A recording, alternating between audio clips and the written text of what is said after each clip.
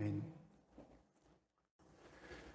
오늘은 잠언 27장 11절부터 27절의 말씀을 통해서요, 믿음의 자녀들을 위한 지혜의 말씀, 이런 제목을 정해봤습니다. 오늘은 어버이 주일입니다. 항상 어버이 주일이 되면 설교 말씀을 통해서 부모에게 공경하라, 또 부모를 또 기쁘게 하라, 그런 주제로 말씀을 전한 것 같습니다.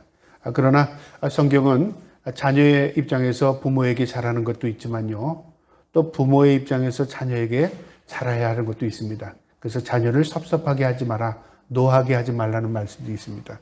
그러니까 우리는 부모이기 때문에 너희는 잘해야 된다, 그게 아니라 하나님의 말씀으로서 우리가 자녀의 입장에서 부모에게 잘하는 것, 하나님의 말씀에 순종하는 것입니다. 또한 우리가 부모로서 자녀들에게 잘해야 하는 것, 이것도 하나님의 말씀입니다. 그러니까 하나님의 말씀은요, 어떤 한쪽으로 치우치지 않습니다. 우리가 부모로서 자녀를 어떻게 양육해야 되고 어떻게 또 자녀들에게 교훈해야 될 것을 성경이 분명히 가르쳐 줍니다. 오늘 이 잠언은 바로 지혜의 왕이었던 솔로몬이 기록한 내용인데요. 지혜의 글인데 25장부터 29장까지의 이 다섯 장의 내용은 솔로몬이 살아생전에 그가 하나님으로부터 얻은 지혜를 가지고 교훈했던 많은 글들을, 지혜의 글을 그 후대에 히스기야 시대에 지혜자들이 이것을 모아서 편집한 내용입니다. 그러니까 오늘 우리가 11절부터 27절까지의 내용을 읽었지만요, 연결되는 내용이 아닙니다. 다 한 절, 또 두 절, 세 절이 다 하나의 문맥을 이루고 교훈하는 내용입니다. 그러나 우리가 그 내용을 하나하나 설명하기가 쉽지 않습니다. 그래서 이 11절부터 27절의 내용은요, 자세히 우리가 관찰하다 보면 이 잠언에 있는 교훈들이 다 혼재되어 있습니다. 또 섞여져 있습니다. 그래서 오늘 본문은 11절부터 29절을 정했지만 대략 오늘 본문을 통해서 잠언에서 말하는 교훈이 무엇이며 또 솔로몬이 그동안 인생의 경험을 통해서 그의 후대에게 남겼던 교훈이 무엇인가를 깨닫고 이 말씀을 통해서 하나님의 지혜를 얻으려고 합니다. 저도 오늘 하나님의 도구로서 하나님의 말씀을, 이 말씀을 본문으로 통해서 전하려고 합니다. 이 본문의 핵심을 세 가지로 나누면요, 먼저 우리가 하나님 앞에서, 그 다음에 우리가 세상 가운데 살아가면서 사람들의 관계 속에서, 세상의 삶 속에서, 두 번째, 세 번째는 내 자신에게 그런 초점을 맞출 수 있습니다. 우리는 우리 자신에게 내가 어떻게 살아가느냐, 우리 반문할 수 있고요, 내가 세상에서 사람들과 관계 속에서 어떻게 살아야 되는 것인가, 그걸 또 우리가 반문해야 합니다. 그것뿐만 아니라 내가 하나님 앞에서 어떻게 살아야 되는가, 성경은 그것을 우리에게 분명히 가르쳐 줍니다. 오늘 이 시편을 통해서, 이 잠언을 통해서 우리가 그것을 얻으려고 합니다. 그래서 오늘 이 잠언 11절부터 27절의 내용을요, 우리가 요약하자면 욕심 버리고 살아라, 그 말이죠. 우리가 세상 가운데 살아갈 때 다른 사람과 비교하며 삽니다. 저 사람이 많이 가진 것 같으면 우리가 왠지 내가 자신이 상대적으로 적게 가진 것 같아요. 그러니까 은근히 욕심스러워지는 겁니다. 그런데 욕심은요, 비교하면서 생기는 게 아니라 내 자신에서, 마음에서 싹 트는 겁니다. 욕심을 비워라, 그 말씀이 있고요. 그 다음에 성실하고 진실하게 살아라, 부지런히 살아라.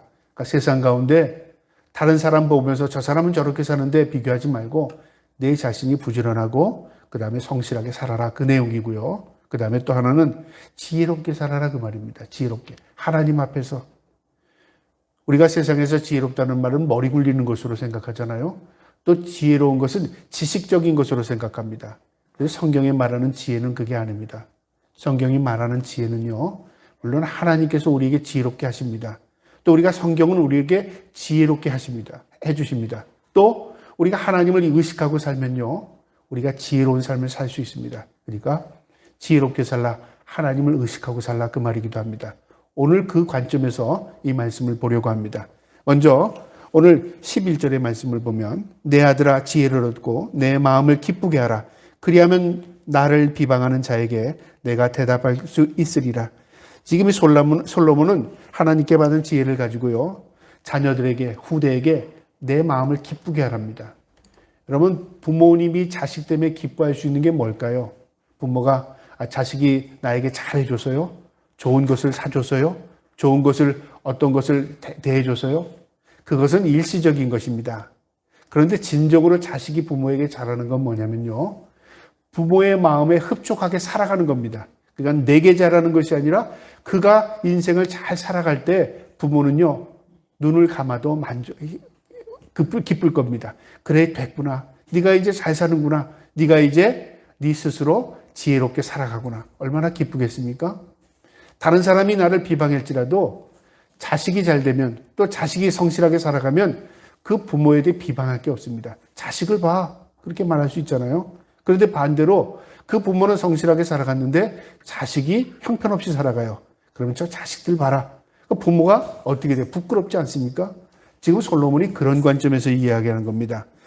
내 마음을 기쁘게 하라. 그리하면 나를 비방하는 자에게 어떤 비방거리가 있어서 비방하는 게 아니라 나를 헐뜯는 자들, 나를 비방하려고 하는 그들 자들을 입을 다물게 할 것이다. 비방할 게 없어. 자식들을 보니까 저 사람 욕하면 내가 부끄럽구나. 그렇게 된다 그 말이죠.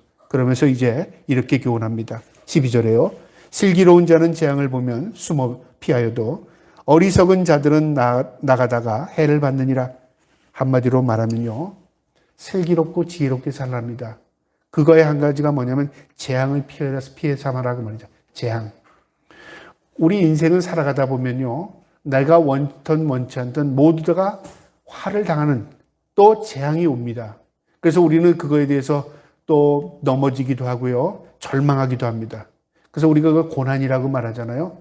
우리는 고난이 없는 삶을 살기 원합니다. 그래서 너무 고난을 당한 부모는요. 자식들에게 야 그렇게 하지 마. 그 이유는 뭐냐면 자신이 그 고난을 당해봤기 때문에 그렇습니다. 그런데 그 고난을 당해보지 않은 부모는요. 자식에게 교훈할 수가 없어요. 뭐 그렇게 하려면 해라. 내가 당해보지 않았기 때문에 그것이 어떤 결과를 이뤄날지 모른다 그 말이죠. 그러니까 인간들이 전해주는 지혜는 경험을 통해서 얻어집니다. 내가 당한 경험을 자식들에게 답습하지 않게 하는 거죠. 그거 하지 말라. 그런데 그게 답이 아닐 때가 참 많습니다. 부모의 입장과 자식의 입장은 다를 때가 있어요. 또 내가 아닌 자식은 나같이 살지 않을 때가 있다 그 말이죠. 그러니까 그렇게 우리가 전달하는 교훈은요. 그것은 단편적입니다. 그것은 모두에게 해당되는 게 아닙니다. 그런데 하나님의 지혜는요. 모두에게 일괄적으로 해당됩니다. 여기 재앙이라는 게 말이 그건데요. 재앙이라는 것은 전조 증상이 있습니다. 우리가 자연재해를 봐도요. 갑자기 자연재해가 닥치지 않습니다. 지금 일본의 일곱 군데에서 지금 화산이 움직이고 있답니다. 우리는 전혀 관심이 없죠. 그런데 7군데에서 지금 화산 징조가 있고 분화하고 있어요. 일본은 긴장합니다. 지금 지난주에도 지지난주에도 일본은 지금 한 2달 전부터 지금 동쪽에서 남쪽에서 지진들이 지금 이 전조 증상이 일어났어요. 그런데 우리나라가 아니니까 우리는 전혀 관심을 갖지 않죠. 이 징조들입니다. 그런가 하면 자연재해가 세상 곳곳에서 자연재해가 일어나고 있습니다. 폭우가 쏟아지기도 하고요. 가뭄이 들기도 하고요. 우박이 떨어지는데 주먹 같은 우박이 떨어져서 온 길에 있는 이 차들의 유리를 다 파손시키기도 하고요. 지금 세계 각곳에서는 어디라 할 것 없이 지금 재앙이 임하고 있습니다. 그런데 우리는 그 재앙이 우리가 닥치지 않았기 때문에 의식하지 못할 뿐인 겁니다. 그런데 그 재앙을 잘 분석해 보면요. 피할 길이 있다는 거죠. 피할 길이. 그러니까 재앙은 남이 당하는 거니까 우리는 상관없어 그렇게 볼 게 아니라요. 우리도 언젠가는 그런 비슷한 재앙을 당할 수 있다는 것을 예측하는 삶입니다. 그래서 재앙을 보면 숨어 피하여도 어리석은 자들은 나가다가 해를 받느니라. 아무 의식이 없이 살다가는 그 재앙이 남의 재앙이 아니라 나도 그 재앙을 당할 수 있다 그 말이죠. 그래서 성경이 말하는 재앙은요. 무엇을 말하냐면요. 우리의 과거와 우리의 미래입니다. 과거에 일어났던 일들이 그것으로 끝나지 않고요. 앞으로 우리가 살아갈 인생에 또 반복되는 것들이 많습니다. 그래서 성경에는 해 아래 새 것이 없다는 말이 있습니다. 100년 전과 지금은 전혀 다르고 앞으로 100년 후에는 또 지금과 전혀 다르다. 그렇게 말할 수 없어요. 물론 문화적인 상황은 달라질 것입니다. 과학 문명은 발달하니까 지금 우리가 쓰는 것보다 더 편리하게 더 효용성 있게 살아갈 겁니다. 그런데 중요한 것은요. 인간들이 살아가는 가운데는 집단 가운데는 그 감정적인 요소, 그 살아가는 모든 환경은 크게 변함이 없습니다. 100년 전의 사람도요, 밥 먹고 살았고 1000년 전의 사람도 먹고 살았습니다. 그들도 가정을 이루고 살았고 오늘날도 가정을 이루고 삽니다. 앞으로도 그렇게 돼야 할 것입니다. 그러나 이것들이 점진적으로 변하는 것들이 있습니다. 뭔가가 파괴되고 뭔가가 흩어지는 것들이 있습니다. 과거에는 가정들이 세워지고요, 3대가 살고 그렇게 살았다면 오늘날은요, 가정이 해체가 됩니다. 그리고 이제는 우리나라만 봐도 이제 한 30%가 혼자 사는 가정이랍니다. 놀랍죠? 그리고 한국에 있는 집들이 10% 정도가 지금 비어 있답니다. 10집 가운데 하나는 비어 있는 집들이에요. 사람들이 어떤 사람은 10채를 가지고 어떤 사람은 3채를 가지고 집이 많은 거, 많이 가지고 있으니까 상대적으로 집 없는 사람은 야, 저거 어떡하냐 그런지 모르지만 그걸 통계적으로 보니까 집이 남아 돌아가고 있어요. 그런데 가진 자는 더 갖고 있고요. 없는 자는 하나도 못 갖고 있는 그런 형편인 것입니다. 그런데 지금의 입장에서는 우리가 그렇지만 앞으로는 가진 자들이 그것이 재앙이 될 때가 있을 수 있다 그 말이죠. 그러니까 우리가 앞을 내다본다는 게 과거를 돌아보고요. 과거를 돌아보고 현재의 삶의 변화를 통해서 미래를 예측하는 겁니다. 성경은 우리에게 무엇을 가르쳐 주냐면요. 과거에 우리의 믿음의 선친들, 과거에 우리의 믿음의 사람들이 어떻게 살았는가를 우리에게 보여줍니다. 그러면서 우리가 현재 어떻게 살아야 하고 앞으로 미래는 어떤 방향으로 가야 될 것인가를 성경은 우리에게 제시하는 것입니다. 성경은 시작과 끝이 분명히 있는데요. 시작은 하나님께서 세상을 창조하실 때였습니다. 끝은 주님이 다시 오실 때입니다. 그러니까 시작과 끝이 명확해요.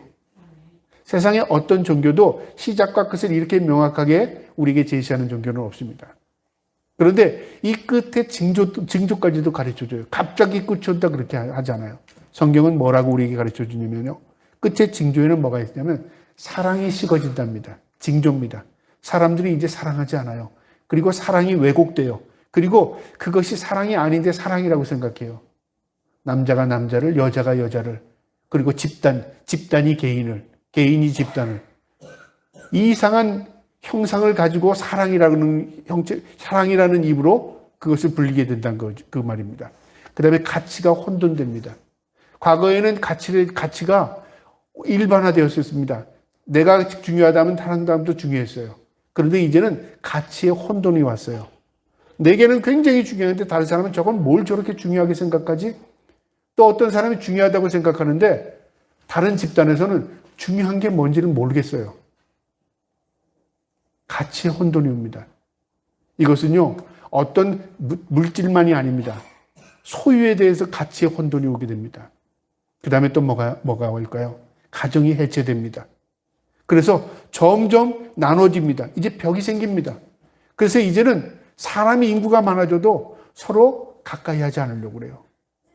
같은 아파트에 살아도 옆집 사람이 누군지 모르고요. 10년을 살아도 말 한 번 섞어보지 못합니다. 이게 오늘날 현상이 되어가는 겁니다. 이게 마지막 때 성경에 보면 현상들입니다. 또 성경은 우리에게 무엇을 가르쳐 주냐면요. 그 다음에 사람들이 인격을 사랑하는 게 아니라 돈을 사랑한답니다. 돈을. 여러분, 돈은 사랑의 대상이 아닙니다. 그런데 사람들이 돈을 사랑하게 돼요. 그래서 결국은요, 가치 혼돈일 뿐만 아니라 중요한 것들이 잘못되어 간다는 거죠. 사랑해야 될 게 아니라 우리가 필요 수단으로 여겨야 될 것을 사랑하게 돼요. 그게 우상이 되는 거죠. 그 다음에 또 뭐가 되냐면요. 재난이 점점 다가옵니다. 우리는 재난이 가까이 와도요. 그 재난을 내가 당하지 않으면 나와 관계없는 것으로 생각합니다. 아닙니다. 이제 재난이요. 세계에 함께 당합니다. 지금 우리 코로나 바이러스라는 게 이게 남의 나라 이야기가 아닙니다. 우리가 원천 원치 않던 다 마스크를 써야 될 입장이 돼버린 거예요. 이처럼 재난의 시대에 살고 있어요. 앞으로는 어떤 재난이 우리에게 또 닥쳐올지 모릅니다. 이게 징조입니다. 징조. 이 징조를 깨달아야 피할 길이 생긴답니다. 성경은 우리에게요. 많은 징조들을 가르쳐 줬습니다. 그런데 이 징조들이 오늘날 또요. 혼동스럽게 만듭니다. 그래서 사람들이요. 이 징조들을 자의적으로 해석하는 경우가 참 많아요. 이게 이렇다. 이게 이렇다. 징조를 해석할 수 있는 것은요. 우리가 아닙니다. 하나님의 말씀의 기준이 되어야 합니다. 그리고 하나님께서 우리에게 그 징조를 깨달을 수 있도록 성령님 우리에게 지혜를 주십니다. 그러니까 세상 말에 현혹되지 말고요. 우리가 우리 나름대로 하나님 앞에 끼어서 말씀대로 살아가다 보면요. 나름대로 깨달음이 옵니다. 아, 내가 준비해야 될 때가 있구나. 내가 이렇게 살아야 되겠구나. 그 믿음의 사람들에게 주시는 하나님께서 우리 성령을 통해서 가르쳐 주십니다. 오늘 이 말씀은 바로 재앙을 피할 수 있답니다. 어떤 사람이요? 지혜롭게 사는 사람이. 그 다음에 이제 13절부터는요. 무엇을 말씀하고 있냐면 13절에는 타인을 위하여 보증선자의 옷을 취하라. 외인들을 위하여 보증선자는 그 몸을 볼모 잡을지니라. 이게 뭐냐면요. 최악의 상황을 고려하라는 겁니다. 우리가 보통 거래를 하거나 어떤 상거래를 할 때 보증이라는 걸 섭니다. 야, 너하고 나하고 보증 쓸 사이야? 그러면 그 말 한마디에 야, 내가 상대를 못 믿는 것 같이 생각이 되니까 그래 우리 서로 믿고 하자. 좋은 게 좋은 거다 그렇게 생각하잖아요. 근데 그거는 그때 감정이고요. 시간이 지나면 다 변하는 것입니다. 사람의 마음도 세상도 환경도 다 변합니다. 그때는 과거를 돌이킬래야 돌이킬 수 없습니다. 성경은 우리에게 그것을 이미 가르쳐 줍니다. 그 사람을 믿지 말라는 게 아닙니다. 상황이 달라진다 그 말이죠. 최악의 상황을 고려해서 생각해라 그 말이죠. 보증을 잡는다는 거는 뭐예요? 내가 믿는 사람이지만 보증을 잡으면 나중에 문제가 생겼을 때 봐라. 이게 이 보증이 있잖아. 그걸로 증거를 삼을 수 있다 그 말이죠. 이 말의 의미는 뭐냐면 최악의 상황입니다. 우리가 인생을 살다 보면요. 지금이 영원할 것 같죠. 내 젊음도 영원할 것 같고 내가 가지고 있는 모든 건강, 내가 가지고 있는 모든 게 다 영원할 것 같아요. 그리고 소멸되지 않는다고 생각해요. 그런데 웬걸요? 나이가 들어가면서 할 수 있는 것도 적어집니다. 의욕도 상실됩니다. 그리고 있어도 그것이 내 것이 아닌 것들이 참 많아요. 그것들이 한두 가지가 아닙니다. 사람의 의욕이 상실되면요. 과거에 좋던 것들이 지금 좋은 게 아니에요. 과거에는 즐거웠던 것들이 지금이 즐겁지 않은 것들이 참 많습니다. 우리의 인생의 감정뿐만 아닙니다. 상황이 바뀌며 따라서 내 상황도 변화된다 그 말이죠. 그래서 최악의 상황을 고려하지 않으면 그때 가서 내가 이럴 줄 몰랐는데. 여러분 그래서 나보다 나이 많은 분들의 말을 경청할 필요가 있습니다. 그 사람의 말이 맞다는 게 아니라요. 아, 그 사람의 입장에서는 그렇게 생각할 수 있구나. 저 사람의 입장에서는 저렇게 생각할 수 있구나. 그래서 오늘날 나이 들었다고 해서 그 사람 말이 다 맞는 게 아니라 그래도 좀 경륜이 있고 연륜이 있고 사회적으로 어느 정도 인생을 살아간 사람들, 그런 사람들의 말을 들어보면요. 자신의 인생의 경험을 통해서 주는 교훈들이 있습니다. 성경은 우리에게 뭘까? 하나님께서 우리에게 주시는 말씀입니다. 그러니까 이것은 진리입니다. 이 말씀을 최악의 상황을 고려하고 살아라. 그러니까 무엇을 의미하냐면 다른 말로 말하면 책임감 있게 살아라 그 말이죠. 책임감 있게. 내가 지금 이렇다고 해서 상황이 바뀌고 상황이 변한다고 할지라도 그때 가서 그 책임을 내가 면제받을 수 없는 것이다 그 말이죠. 어느 상황이든지 책임 있는 삶을 살아라. 이게 부모의 입장에서 자녀에게 주는 말입니다. 너 책임 있게 살아. 너 최악의 상황을 고려해. 그리고 너 어떻게? 하나님 안에서 살아. 하나님 앞에서 살아. 제가 부모로서 자녀에게 그런 말을 하고 싶은 겁니다. 너 부모에게 잘해. 너 효도해. 너 잘 되라고 해. 그거는요, 통념적인 이야기입니다. 진짜 자녀가 잘 되려면 어떻게 해야 될까요? 너 하나님 앞에 살아. 너 하나님이 계시다는 걸 알아야 돼. 그리고 세상이 영원하지 않아. 너도 영원하지 않고 나도 영원하지 않아. 그걸 의식하고 산다는 것. 이게 지혜라고 생각합니다. 그 다음에 14절부터 22절까지의 내용은 우리가 세상의 삶 속에서 얻는 지혜입니다. 사람과 그 사람의 관계 속에서 얻는 거예요. 우리가 하나님 앞에서도 어떻게 살아야 되지만 세상 가운데서도 어떻게 살아야 될 것을 얻어야 합니다. 어떤 사람 세상 가운데 살아가는데 오늘 있었던 일을 내일 또 싹 잊어버립니다. 과거에 당한 일들을 또 그대로 답습할 때가 있어요. 그런 사람은 뭐라고 말하냐면 어리석다고 말합니다. 왜 그렇게 실수를 반복해? 왜 그렇게 과거에 그런 일을 당했는데 왜 또 그렇게 살아? 어리석지 않습니까? 그러니까 세상은 우리에게요, 경험이 우리에게 유익을 주는 사람도 있고요. 경험을 했음에도 그것을 교훈 삼지 못하면 그게 화가 되는 경우도 있습니다. 세상의 많은 사건들을 내가 당하지 않았을지라도 다른 사람이 당한 경험을 통해서 내 경험으로 삼을 수 있어요. 그걸 간접 경험 그러죠. 성경은 우리의 간접적인 경험을 많이 줍니다. 특별히 잠언, 전도서는요, 지혜의 사람이었던 솔로몬이 자신의 인생, 최고의 인생, 최고의 상류층의 인생을 살아본 그 인생의 경험을 통해서 헛되고 헛된 것을 가르쳐 줍니다. 내가 그 누구보다도 누리고 살아봤지만 인생, 하나님 없는 인생은 아무것도 아니더라. 의미가 없더라, 그거죠. 그게 전도서의 내용입니다. 헛되고 헛되며 헛되고 헛되니 모든 것이 헛되다. 하나님 없는 인생은 그렇다, 그 말이죠. 그러나 하나님 앞에서 우리가 어떻게 살아가느냐에 따라서 우리의 인생은 고귀하고 가치 있는 인생을 살 수 있다는 것입니다. 세상 가운데 믿는 사람이 어떻게 살아야 되는가? 오늘 14절에요. 이른 아침에 큰 소리로 자기 이웃을 축복하면 도리어 저주같이 여기게 되느니라. 무슨 말이냐면요. 어떤 사람이 아침에 큰 소리로 다 자고 있는데 새벽에 일어나서 이 사람을 축복합니다. 축복합니다. 목사의 입장에서 어떤 사람이야. 축복해 주시옵소서. 누구를 축복합니다. 그럼 그 사람 기분 좋죠. 그렇게 하지 말라 그 말입니다. 한마디로 말하면. 누구를 위해서 기도할 때 그 사람의 그 앞에서 그 사람의 이름을 불어가면서 마치 목사가 전적으로 하나님의 대인자 같이 그 나쁘다는 얘기가 아니라 그렇게 위선적이고 가식적으로 하지 말라 그 말이죠. 제가 왜 이렇게 말하냐면요. 오늘 성경이 그 위선적인 행동을 삼가라는 겁니다. 진실이 없는 행동은요. 어떻게 될까요? 나중에 다 드러난다 그 말이죠. 그 사람도 역겹지만 내 자신을 위선적으로 살아가는 사람도 역겹다 그 말이죠. 저는 위선적인 그룹을 이렇게 물론 그렇다는 게 단정적으로 할 수 없지만요. 위선적으로 살아가는 이 그룹들이 있습니다. 그룹들. 그런 그룹들은 되게 어떤 사람들이냐면요. 다른 사람에게 존경을 받는 그룹들. 어떤 사람들일까요? 정치가들, 종교인들, 그렇죠? 가르치는 자들, 이런 그룹들이 되게 위선자들이 많은 것 같아요. 제 말이 좀 더 할까요? 저는 목사의 입장이니까 말할 수 있어요. 목사들 가운데 이 위선자들이 참 많습니다. 왜 그럴 수밖에 없냐면요. 다른 사람이 나를 어떻게 봐주기를 원하는 거죠. 또 내가 그렇게 보여주기를 원하는 겁니다. 그러니까 자신도 모르게 그 위선에 어떻게 될까요? 물들어 갑니다. 그걸 자꾸만 벗어버려야 됩니다. 내가 지금 무엇을 하고 있느냐? 너 지금 어떻게 살아가고 있어? 그러니까 자기가 없는 인생을 살아가는 거죠. 그걸 모르는 사람들이 참 많습니다. 왜 그렇게 되느냐? 세상에서 사람들과 살아가니까 내 위치를 내가 정하는 겁니다. 다른 사람이 나를 그렇게 떠받들어줘요. 그러니까 나는 어떻게 그 위치의 사람이라고 생각하니까 내 삶과 그 위치가 맞지 않는 거예요. 나는 그렇지 않은데.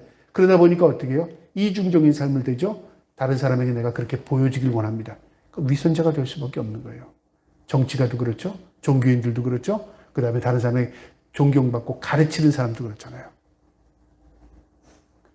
이거 벗어버리지 않으면 결국 내가 없는 겁니다. 솔로몬은요, 그걸 알았어요. 위선적으로 남을 축복하지 마. 위선적으로 다른 사람 앞에 큰 소리 하면서 축복하지 마. 그럼 오히려 다른 사람에게 해가 돼. 그 말이죠. 그 다음에 15절에 보면 다투는 여자는 비 오는 날에 이어 떨어지는 물방울이라. 다투는 여자. 가정에서 아내가 되겠죠. 이 가정의 내용인데요.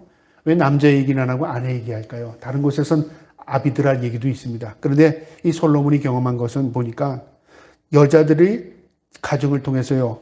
계속 반복적인 다툼을 통해서 굉장히 어렵게 만든다 그 말이죠. 비 오는 날의 물방울은 뭘까요? 아무 의미가 없습니다. 오히려 더 해가 돼요.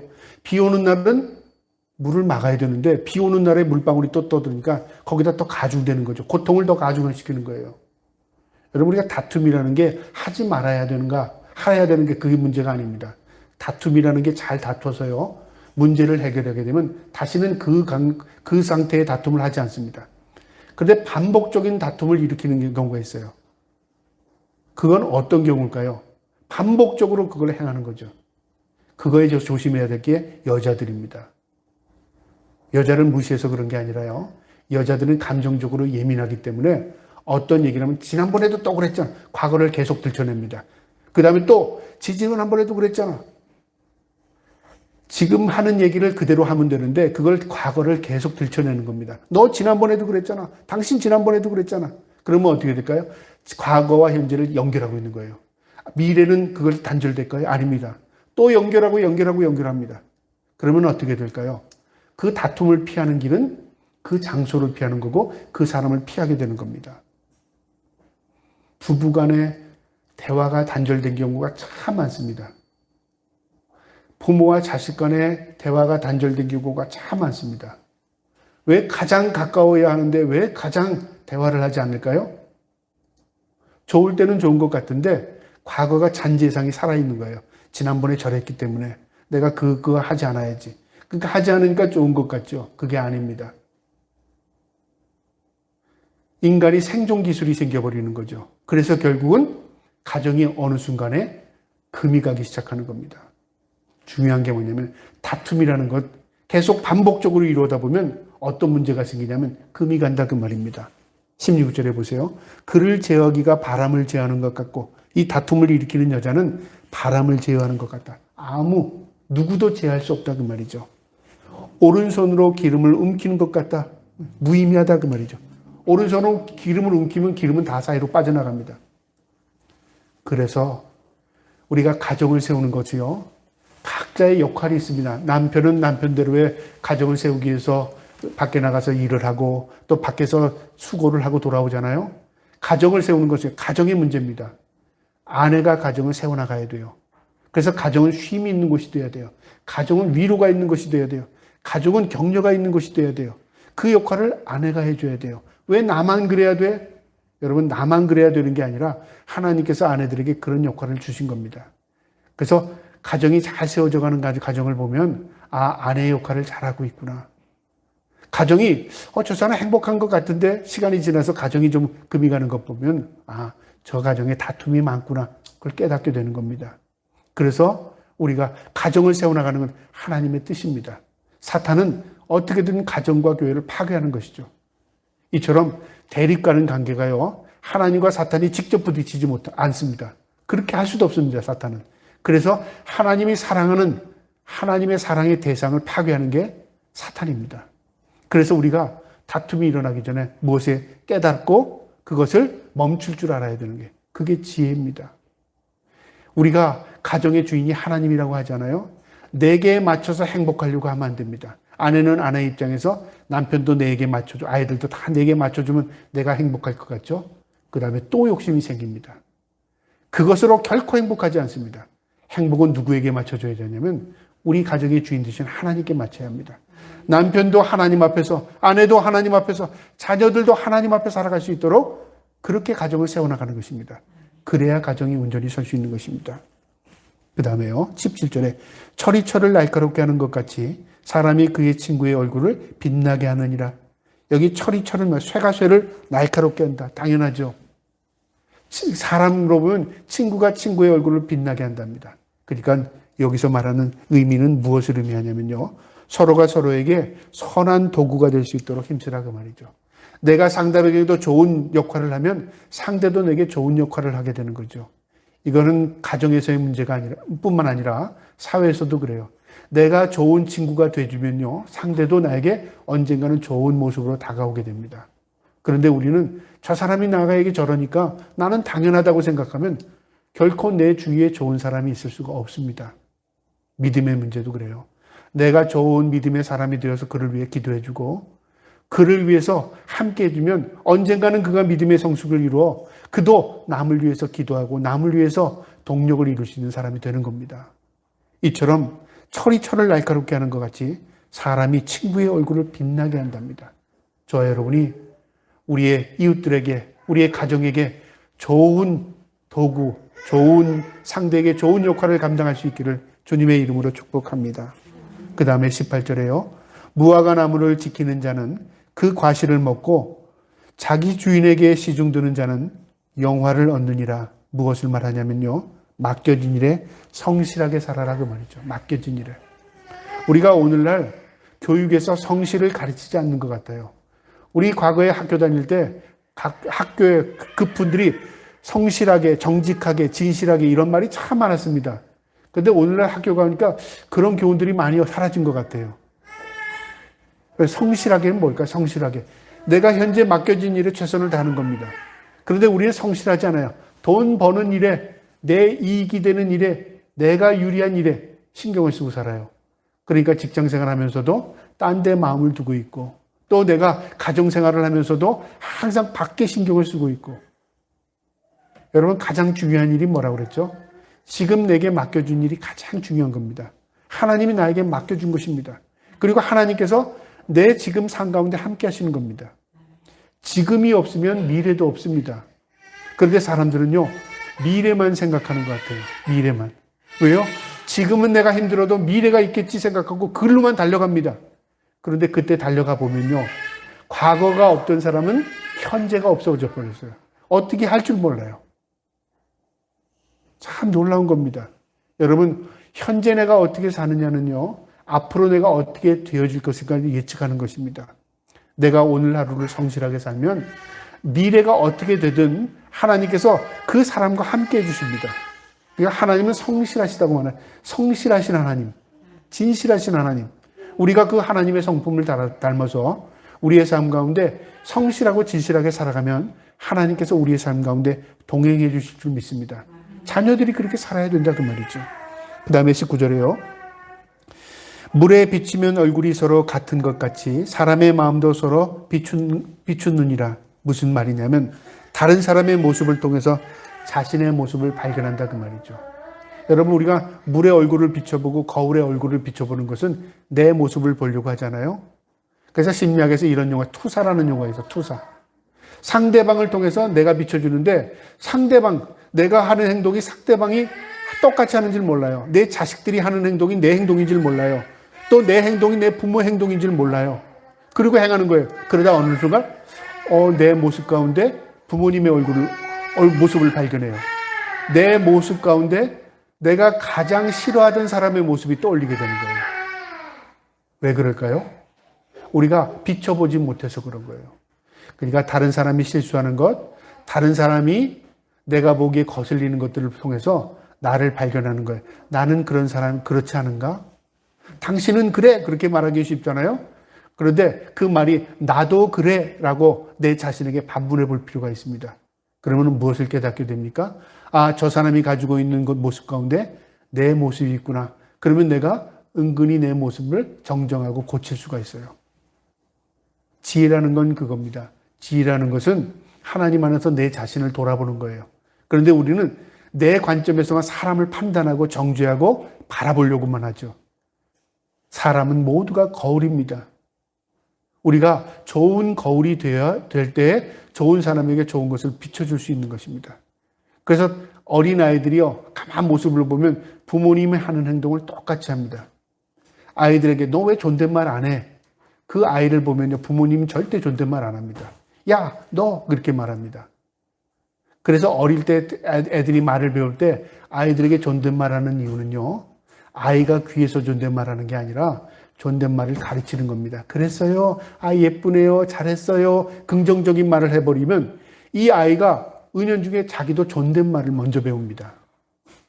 그래서 나중에 이 아이가 성장할 때 부모가 어떤 말을 해도요, 이 아이는 존댓말을 쓸 줄 알게 됩니다. 근데 어린아이에게 존댓말을 하지 않은 부모에게 자란 자녀들은요, 존댓말을 하지 못해요. 그러면서 자신이 너 존댓말하면 해야지, 그렇게 가르쳐도 되지 않는 겁니다. 거울이기 때문에 그렇습니다. 이처럼 우리는 다른 사람이 얼굴을 비추는 것입니다. 물이 비추면 얼굴이 서로 같은 것 같이 사람의 마음도 서로 비추느니라. 사람은 서로 다 다른 것 같지만요, 내 모습이 상대의 모습 가운데 있고 상대의 모습이 내 모습 가운데 있다는 겁니다. 그거를 발견하는 것이 지혜인 것입니다. 그러니까 부모 입장에서 자녀에게 너 걔하고 사귀지 마. 너 걔 나쁜 애야. 그렇게 어떤 것을 선을 걸지 말고요. 그 모습 가운데, 걔 모습 가운데 네 모습 있나 봐라. 또 네가 걔한테 그런 모습으로 비춰주지는 너 한번 생각해봐. 그렇게 서로 상대 입장에서 내 입장에서 바라볼 수 있게 해주는 것. 그게 부모의 역할입니다. 그래야 성숙한다 그 말이죠. 그 다음에 20절에요. 수월과 아비돈의 만족이 없고 사람의 눈도 만족이 없느니라. 여기에 수월과 아비돈은 지옥입니다. 아비돈은 죽음의 장소를 의미합니다. 이 말의 의미는요, 욕심 부리지 말고 만족하며 살라 그 말이에요. 욕심 부리지 말고. 만족이 없답니다. 우리 인간의 욕심이 만족하지 못합니다.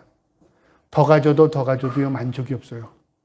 성경은 그래서 우리의 인간의 마음은 만족을 모른다고 말합니다. 바닷물은 부어도 부어도 넘치지 않죠. 불은 태워도 태워도 더 이상 이제 태울 거 없어 됐어라고 만족하지 않습니다. 사람의 마음이 그렇답니다. 어떤 것으로도 만족을 채울 수 없어요. 여러분, 나 저것만 가지면 나는 이제 더 이상 갖고 싶은 게 없을 것 같은데, 여러분, 내가 그것을 채우는 순간에요, 또 다른 것을 또 갖고 싶은 욕심이 생깁니다.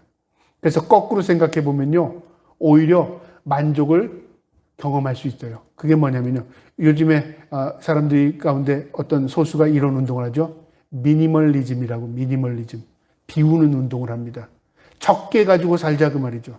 적게 가지고 옷도 딱 3벌 갈아입을 것만, 그 다음에 또 내가 소지품도 가장 간단 쭉 중요한 것만. 그래서 가방 하나에 인생의 전체가 다 담겨져 있어요. 아주 특별하죠. 그 미니멀리즘의 삶을 살아가요. 그래서 그걸 가지고 만족을 느끼는 겁니다. 저 사람은 어떻게 저런 게 없어서 살아갈까라고 보지만 그 나름대로의 삶의 철학을 정립하고 나니까 그 삶의 불편함이 없어지는 겁니다. 없어서 불편한 게 아니라 내 마음이 만족을 못하기 때문에 부족한 겁니다. 여러분, 성경은 뭐라고 말하죠? 자족하는 마음을 배우랍니다. 있는 것으로 만족하라. 가진 것으로 만족을 배우라 그 말입니다. 그래야 우리가 진정으로 하나님 앞에 감사할 수 있는 것입니다. 이처럼 스올과 아비돈, 죽음의 장소, 지옥은 만족이 없답니다. 그러니까 모든 것을 만족시키려고 보다 보니까 만족이 아니라 지옥을 경험하게 되는 것이죠.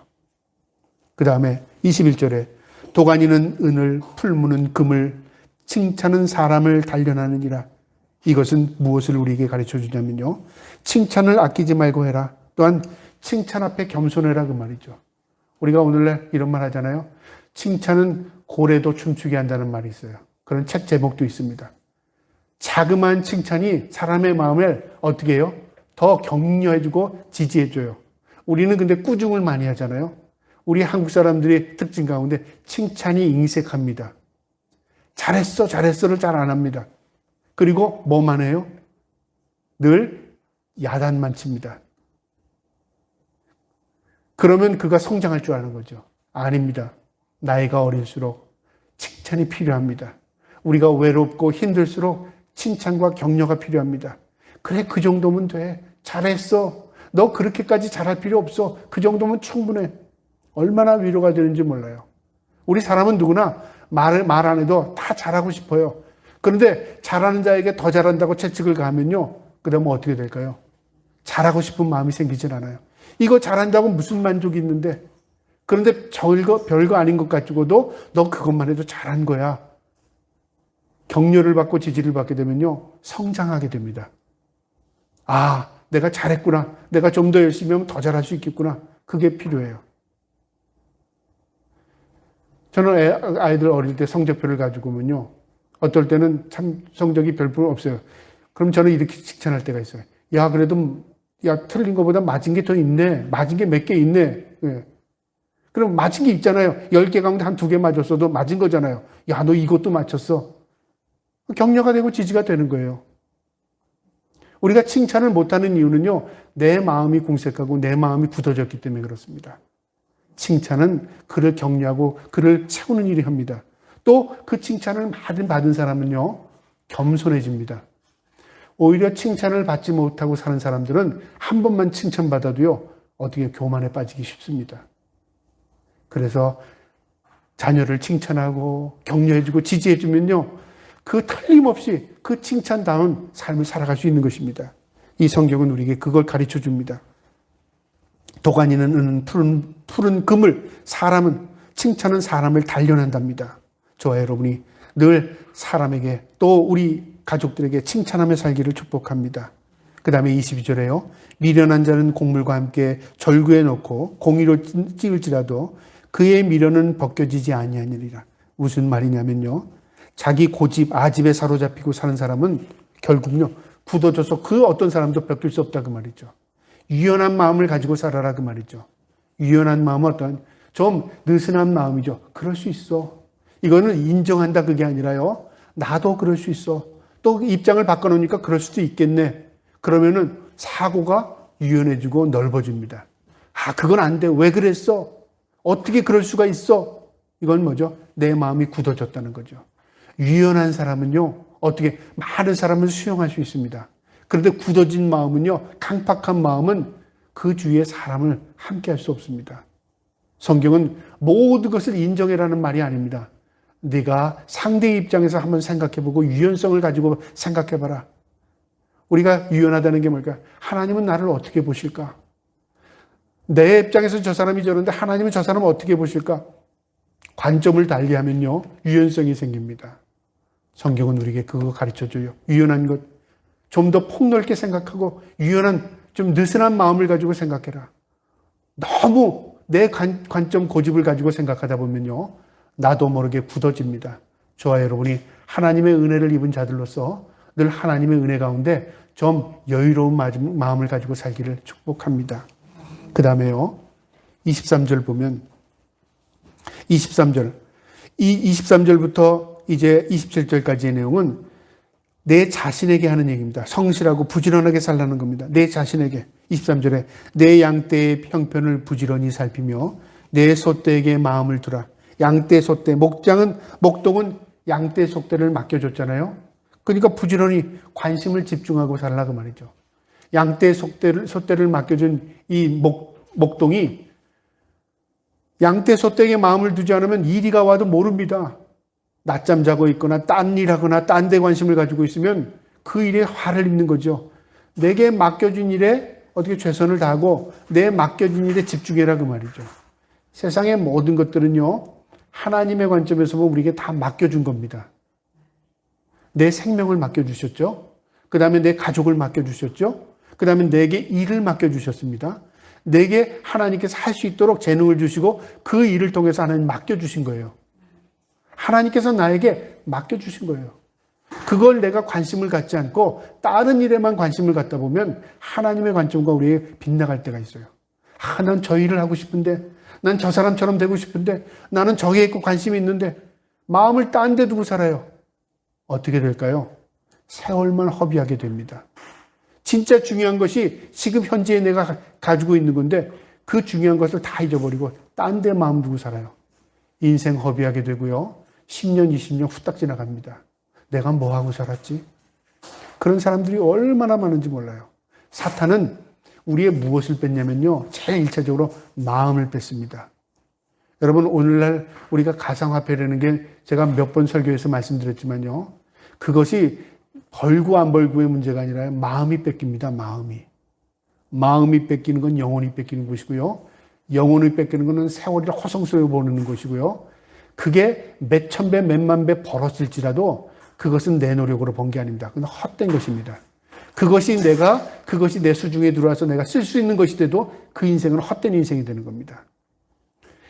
가치 있는 인생은요, 가치의 의미를 부여해서 그 가치를 내가 거둘 때 진정으로 가치 있는 거예요. 내가 가치를 모르고 거둔 것은요, 내 것이 되지 않습니다. 그것은 진정으로 나를 망치게 만드는 것입니다. 영적으로의 의미입니다. 이처럼 내가 관심을 가져야 할 것은 내게 맡겨준 것입니다. 저와 여러분이 하나님께서 우리에게 맡겨주신 것에 늘 초점을 맞추고 살기를 축복합니다. 그 다음에 24절에는요. 대저 재물은 영원히 있지 못하나니 멸류관이 어찌 대대에 있으리라. 영원한 것은 없다 그 말이죠. 이 땅에 있는 것은 어떤 것도, 명예도 권력도 재물도 영원하지 않다 그 말이죠. 영원한 것을 추구하고 살아라 그 말이죠. 영원한 것은 뭐죠? 하나님은 영원하십니다. 하나님 앞에 구원받은 백성의 생명은 영원합니다. 그 영원한 것에 초점을 맞고 살면요, 가치가 달라집니다. 인생의 가치가 달라져요. 내가 원하지 않아도 내 자신의 참된 평화를 맞이할 수 있어요. 저와 여러분이 그 진정한 영원한 것에 가치를 두고 살기를 축복합니다. 마지막 절이요, 25절 27절까지 저와 한번 교독하도록 하겠습니다. 제가 먼저 25절 읽겠습니다. 풀을 벤 후에는 새로운 움이 돋나니 산에서 꼴을 거둘 것이니라.